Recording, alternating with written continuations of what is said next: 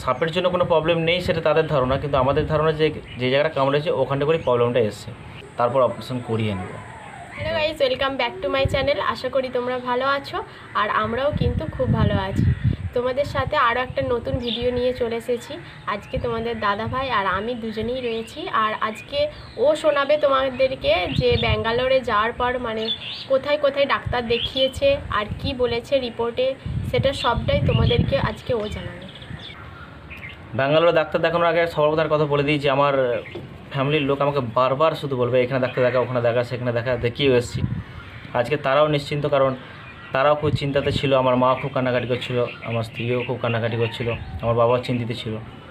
তো আমরা দু ভাই আমাদেরকে নিয়ে সবসময় চিন্তায় থাকে, এই একটা সবথেকে বড় কথা। আর ভিডিও করার দিক থেকে আমার মা, আমার বাবা, আমার স্ত্রী কখনও কোনো দিক থেকে আমাকে বারণ করে না। আবার মা বাবা আমার স্ত্রীকেও বলেছে হ্যাঁ ভিডিও করবি, কখনও তোকে খারাপ কিছু করছিস না।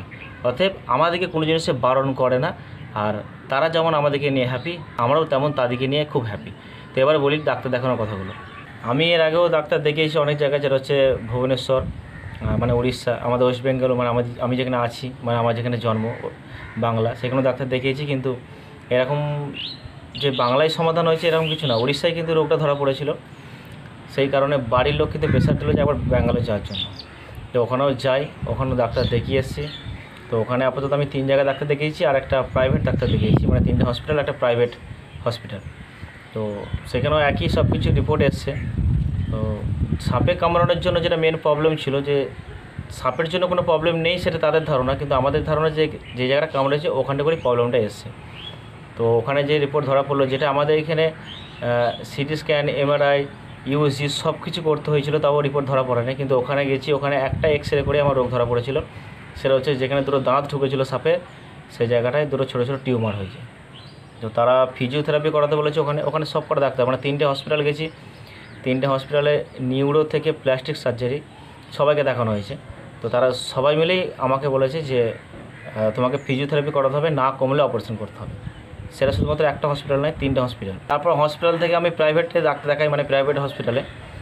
সেখানে কিন্তু বলে যে তোমাকে অপারেশন করে দিচ্ছি এখানে, মানে এখানে অপারেশন করিয়ে নেবো। তো আগে তুমি একটা এমআরআই করো, রোগটা কোথায় আছে ঠিক ভালো করে জেনে নেবো। মানে আমি ভাবলাম যে এতগুলো হসপিটাল যখন আমাকে বলেছে যে আগে ফিজিওথেরাপি করাও, তারপর অপারেশন করাতেই হবে, এটা মাস্ট। কিন্তু সেখানে আমাকে বলছে সঙ্গে সঙ্গে অপারেশন করাতে হবে। তো আমি ভাবলাম যে 4-5 মাস যাক, তারপর অপারেশন করিয়ে নেব। তো এখন অনেক মানুষের ধারণা যে কোথায় কোথায় ডাক্তার দেখিয়ে এসছে। তো আমি বলে দিই, ব্যাঙ্গালোরে যে কটা হসপিটাল আছে সব কটাতেই দেখিয়েছি, মানে 3টে হসপিটাল আর একটা প্রাইভেট হসপিটাল। তো যাই হোক, আমি আমার অ্যাকাউন্টে, আমার ফেসবুক অ্যাকাউন্টে ভিডিওটা পোস্ট করব। কিন্তু আমি হসপিটালে এই কারণে আর ভিডিও করি না, কারণ ভুবনেশ্বরে একবার ভিডিও করতে যাওয়া ফাইন দিতে হয়েছিল। ভুবনেশ্বরে ফাইন দিতেছে, যার কারণে আমি আর কিন্তু কোনো হসপিটালে ভিডিও করিনি। আর যেখানে গেছি, ঘুরতে গেছি, দেখিয়েছি, কীভাবে যাব সেটা কিন্তু অবশ্যই বলে দেবো আমার ফেসবুক অ্যাকাউন্টে।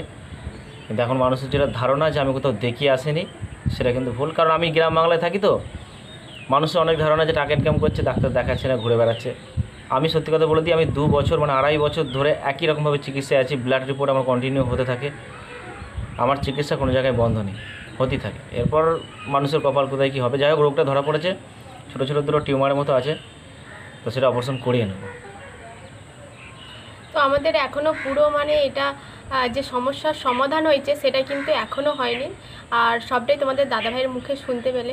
তো কিছু কিছু জায়গা আমি ওখানে হসপিটাল বা ডাক্তারের নামগুলো সেগুলো বলছি না, তো তারা খুবই ভালো চিকিৎসা করেছে। তোমাদের দাদাভাইয়ের মুখে যেটুকু আমি শুনেছি, ওখানে প্রত্যেকটা চিকিৎসাই ভালো হয়েছে। তো দেখি এগুলো ফিজিওথেরাপি করার পরে তোমাদের দাদাভাই মানে একটা সিদ্ধান্ত নিয়েছে যে তারপরেই আমি অপারেশনটা হব। কিছুদিন আমি অন্তত করে দেখি। আর এই 2-3 দিন করেছে, তাতেই বলছে নাকি যে আমার অনেকটাই মানে কম মনে হচ্ছে ব্যথাটা, তাই তো অনেকটাই কম মনে হচ্ছে।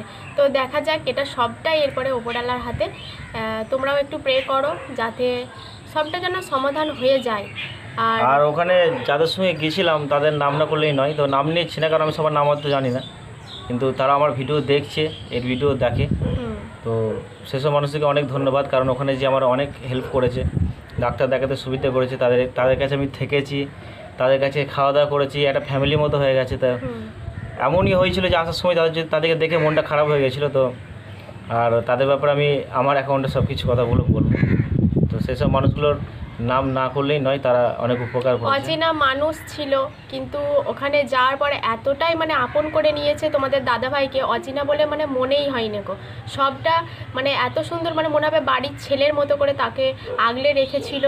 প্রত্যেকটা জায়গা তাকে ডাক্তারখানাতে মানে সঙ্গে করে নিয়ে গেছে। আর খাওয়ার ওখানকার ভাষা তোমাদের দাদাভাই সেরকমভাবে মানে পুরোটা জানতো না, সেখানেও মানে তারা সাহায্য করেছে। অনেক জায়গায় কী হচ্ছে, হিন্দি ভালো করে কেউ বুঝতে পারছিল না, তো সেখানে ওই কানাডা ভাষাটাও কিন্তু তার জন্য আমার অনেক অনেক সুবিধা হয়েছে। তো সেসব মানুষের উপকার কখনই ভোলা যায় না। প্রত্যেকটা মানুষের উপকার কখনো ভোলা যায় না, কিন্তু সেসব মানুষের উপকার কখনোই ভোলা যাবে না, কারণ এমন একটা বিপদের সময় তারা আমার পাশে সবসময় ছিল। তার কাজকে নষ্ট করে আমার সঙ্গে সবসময় ঘুরেছে। আর আমার জন্য যদি তাদের অসুবিধা হয়ে থাকে সেটাও কখনো আমাকে তারা বলেনি। তো আদৌ কি তাদের অসুবিধা হয়েছে সেটাও আমি তাদের মুখ থেকে কখনো বুঝতে পারিনি। তো যাই হোক, তারাও হ্যাপি ছিল, তাদেরকে দেখে আমিও হ্যাপি ছিলাম। আর বাড়ির সবাইকে মিস করছিলে নাকি তুমি? তো বাড়ির সবাইকে মিস করবো না, একটা বাইরে পড়ে আছি। তো যাই হোক, সেখানেও সব কিছু ভালো ছিলাম। আর রিপোর্টটা শুনে একটা কনফার্ম হয়ে গেলাম, যেখানে আমাদের ওয়েস্ট বেঙ্গলে একটা রিপোর্টও ধরা পড়ে না, সেখানে বাইরের রিপোর্টে ধরা পড়ছে, তা আবার এক্স-রেতে। এটাই ব্যাঙ্গালোর আর এইমসের পার্থক্য, মানে ওয়েস্ট বেঙ্গল আর এইমস ব্যাঙ্গালোরের পার্থক্য।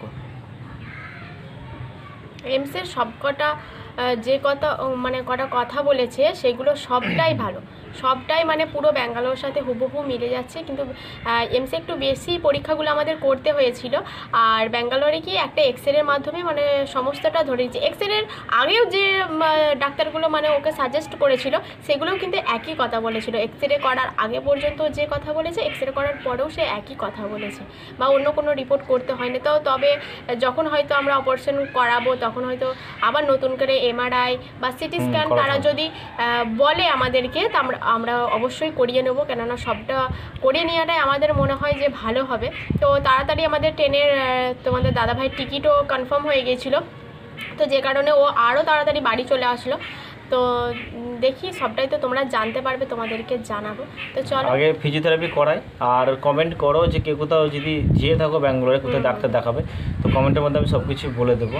তো একটা কথা বলে দিই, কেউ কোথাও ডাক্তার দেখাতে গেলে সেখানে কেউ ক্যামেরা করতে যেও না, কারণ এখন রুলস সবসময় আলাদা। কারণ আমাকে উড়িষ্যায় ফাইন দিতে হয়েছে। তো যত বড়ই ভিডিও ক্রিয়েটার হতে যাও কেন, কারণ লুকিয়ে লুকিয়ে যদি করা আলাদা ব্যাপার, কিন্তু সামনাসামনি করতে যেও না, ফেঁসে যাবে। তাই কারোর সুবিধা করার জন্য তাকে কমেন্ট বক্সে যে মেসেজ করো, সে যদি বলে দেয় তো ভালো, কিন্তু পার্সোনালভাবে ক্যামেরা করতে চেও না। আর আমি আমার ফেসবুক আইডিতে আমি আমার ভিডিওর মধ্যে বলে দেবো কোথায় কোথায় ডাক্তার দেখাবে। তো চলো আজকের ভিডিওটা এখানেই শেষ করছি। যদি ভালো লাগে লাইক কমেন্ট শেয়ার করে দিও, আর চ্যানেলটা কিন্তু অবশ্যই শেয়ার করে দিও। টাটা।